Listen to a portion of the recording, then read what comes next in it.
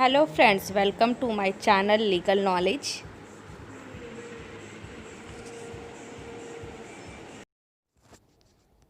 दोस्तों, जब कभी भी आपके किसी परिजन की सड़क दुर्घटना में मृत्यु हो जाए, चाहे वो रास्ते पे चल रहा हो या कार में बैठा हो, अगर मृत्यु हो जाए तो ऐसी अवस्था में आपको क्या करना चाहिए। पहले तो आपको एफआईआर लॉन्च करनी है। जहाँ एक्सीडेंट हुआ है वहाँ के नज़दीकी पुलिस स्टेशन में जाकर एफआईआर लॉन्च करानी है कि इस तरीके से ऐसे ऐसे ये जो है कि एक्सीडेंट हो गया है और हमारे परिजन की आपात मृत्यु हो गई है। तो उन्हें आप जितनी ज़्यादा डिटेल्स दे सकें एक्सीडेंट के बारे में वो दे दीजिए। पुलिस को एफआईआर दर्ज कराइए। बाकी की काम पुलिस का है, वो इन्वेस्टिगेट ज़रूर करेंगे। आपका एक्सीडेंट किस गाड़ी से हुआ है, गाड़ी कौन चला रहा था, गाड़ी का नंबर वगैरह वगैरह, कौन से रोड पे हुआ, कितने बजे हुआ, जितनी मैक्सिमम आप इन्फॉर्मेशन दे सकते हैं एक्सीडेंट के बारे में आप वो पुलिस को दे दीजिए, एफआईआर दर्ज कराइए। बाकी काम पुलिस करेगी, इन्वेस्टिगेट करेगी, चार्जशीट फाइल करेगी, सब कुछ बाकी।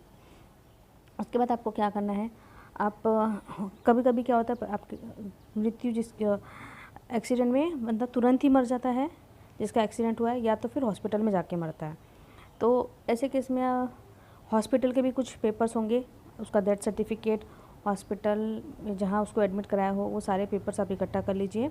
और MACT motor accident claim tribunal, वहाँ पर आपकी जो जो जुरिस्डिक्शन है, जहाँ पे एक्सीडेंट हुआ है वहाँ का जुरिस्डिक्शन, आप या तो जहाँ वो आपका परिजन रहता था वहाँ का जुरिस्डिक्शन, या फिर जिसकी गाड़ी से एक्सीडेंट हुआ है वहाँ का भी जुरिस्डिक्शन आप ले सकते हैं। और वहाँ पे जाके आप क्लेम का एप्लीकेशन केस दाखिल कर सकते हैं।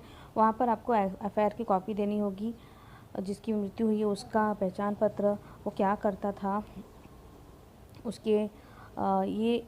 लेकिन जो MACT जैसे मोटर एक्सीडेंट क्लेम ट्रिब्यूनल में क्लेम जो है जिस डिकीस्ट पर्सन की, जो मर चुका है, जिसकी मृत्यु हो चुकी है, उसके परिजन, उसके डिपेंडेंट जैसे उसकी माँ बाप, उसके बच्चे और उसकी बीवी, ये कर सकते हैं। मतलब उसके लीगल हायर, किस तरीके से फाइनेंशियल लॉस उनके लीगल हायर का हो रहा है, क्योंकि हो सकता है वो वर्क करता हो, सर्विस करता हो, जॉब करता हो और उसकी महीने की इनकम होती हो, अभी मृत्यु हो गई तो वो सारा फाइनेंशियल लॉस तो ये इनको हो ही रहा है। तो वो सारी डिटेल्स दे करके आपको कोर्ट में केस फाइल करना है। जैसे कि वो कहीं जॉब पे है और वो महीने का 30,000 कमा रहा है और उसकी एज 30 है, तो 30 तो ये किसी की मृत्यु की एक नॉर्मल एज है नहीं। तो हो सकता है वो आगे के 20 साल और जीता, 25 साल और 30 साल और जीता। तो 30 साल को अगर आप 30 को 30 से गुना कर दीजिए तो सोचिए कितना इनकम का लॉस हो रहा है उसके परिजन का, उसके लीगल हायर्स का। तो वो सारा कैलकुलेशन आपको कोर्ट को दिखाना है।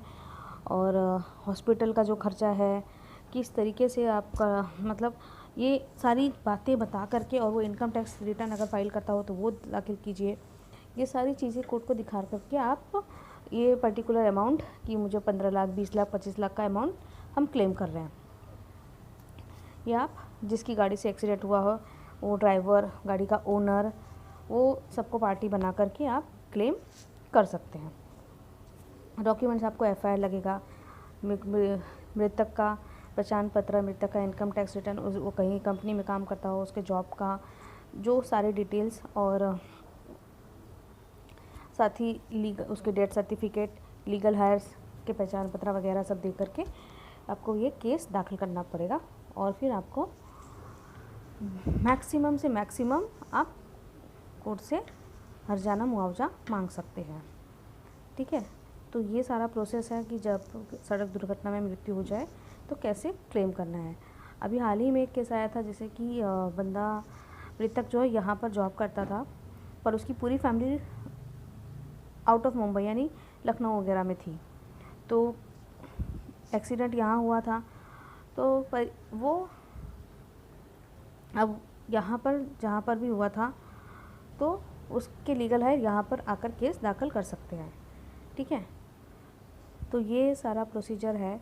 जब सड़क दुर्घटना में किसी की मृत्यु हो जाती है तब आपको कैसे क्या करना है, कैसे केस करना है, कैसे मुआवजे के लिए अप्लाई करना है, ठीक है। तो मैं आशा करती हूँ ये जानकारी जो मैंने आपको दी है वो आप लोगों के लिए उपयोगी साबित होगी।